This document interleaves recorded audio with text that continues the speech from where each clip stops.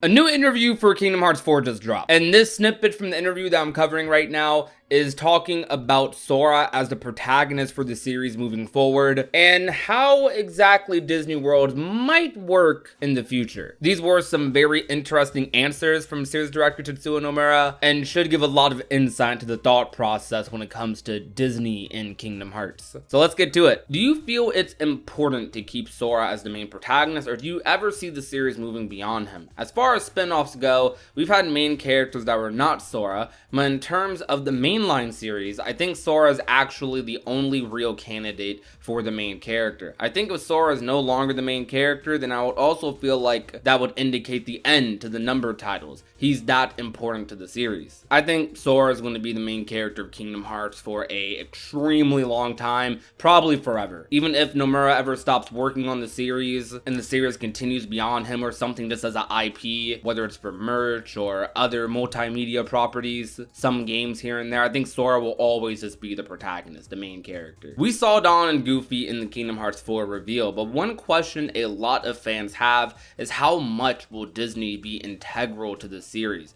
With regards to Kingdom Hearts 4, players are definitely going to see a few Disney worlds in there. I just want to mention that they don't need to worry so much about this aspect of the game. It might feel slightly different from previous Kingdom Hearts titles, but once players have had a chance to play the game, I'm sure they'll be relieved to find that it is definitely a Kingdom Hearts title. It's the game series that they've come to know and love. As far as the graphic qualities, since with each new title the specs have been really increasing and there's so much more we can do in terms of graphics, it kind of limits the number of worlds that we can create in a sense. At this time we're considering how to approach that, but there will be Disney worlds in Kingdom Hearts 4. If you're one of those people that thought there weren't going to be Disney worlds, there's going to be Disney worlds. The director just straight up said it. It is reassuring to see Nomura say this is still very much a Kingdom Hearts title. It's still the game series we've come to know and love, because I know there were a lot of people after that KH4 reveal, all we saw was Quadratum. We saw very minimal Disney aside from that little end scene with Dawn and Goofy that was very short, and it had a certain group of people wondering, like, okay, is this still the same series? It isn't completely turning into Final Fantasy, right? So this question was for those people. Will we be spending a lot of time in Quadratum? Does having a more realistic setting give you bigger opportunities to try new things with the gameplay? I think it will be a pretty good amount of time since it is set as the initial base within the game. You spend time there and then go to different worlds and then go back there. Because the graphics are more realistic this time around, I feel like there's more of a realistic daily life aspect to Sora's life. You can see him go in and out of his room and spend time there. I feel like players will get to see more of the day-to-day routines he goes through. As far as worlds go, in the past we featured a lot of Disney worlds, and among those the more realistic one was probably Pirates of the Caribbean. This time around we're spending some time in the actual real world.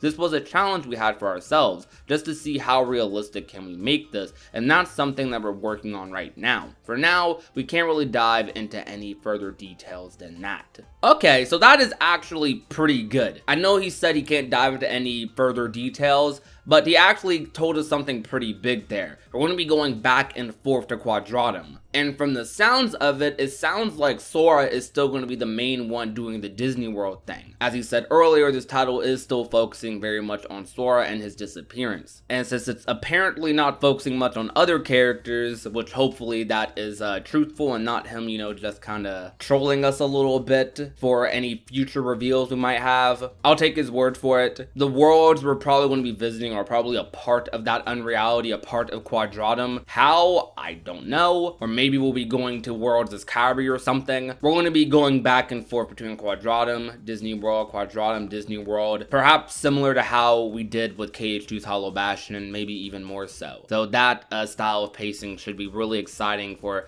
some fans who weren't really that big into the whole KH3 style pacing, where it was Disney World, Disney World, Disney World, Disney World, Disney World, no original worlds really in between. Aside from Twilight Town, a lot of them being relegated to long cutscenes, so this should be very interesting. I've said this time and time again, but Disney, I would say, is a primary reason that I am as into Kingdom Hearts as I am, or was a starting point at least, like it was for a lot of people. It's something that I definitely still value to this day, the worlds in Kingdom Hearts, not just the Disney worlds, also the original worlds, but the idea of like seeing a Frozen in Kingdom Hearts or an Encanto in Kingdom Hearts is definitely something that makes me anticipate like each Kingdom Hearts game even more. The selection of movies from my childhood or teenage years, adulthood, and seeing how they're interpreted in this video game, especially for a lot of newer Disney properties that don't really get quality, you know, games or features. Like back in the day, even though we didn't have Pixar and Kingdom Hearts at that point, we had our Ratatouille games or our Incredible games, which were pretty fun in my opinion. I mean, I haven't played them in a while, but I remember them being extremely fun. But you don't really get like license-based games on Disney nowadays unless it's like mobile or some collaboration thing like Disney Speedstorm, which is a racing game that's coming out. And now with the way gaming technology is, these movies can, well, look like the movies in the game, and it's just really nice to see. It doesn't seem like we're going to be getting a lot of Disney Worlds, which honestly I'm fine with. It doesn't seem like we're going to be getting a ton of Disney Worlds. It's looking like we're going to be getting like a few really big worlds, which I think might be a decent route to go, depending on the contents of those worlds. Of course, they can't just be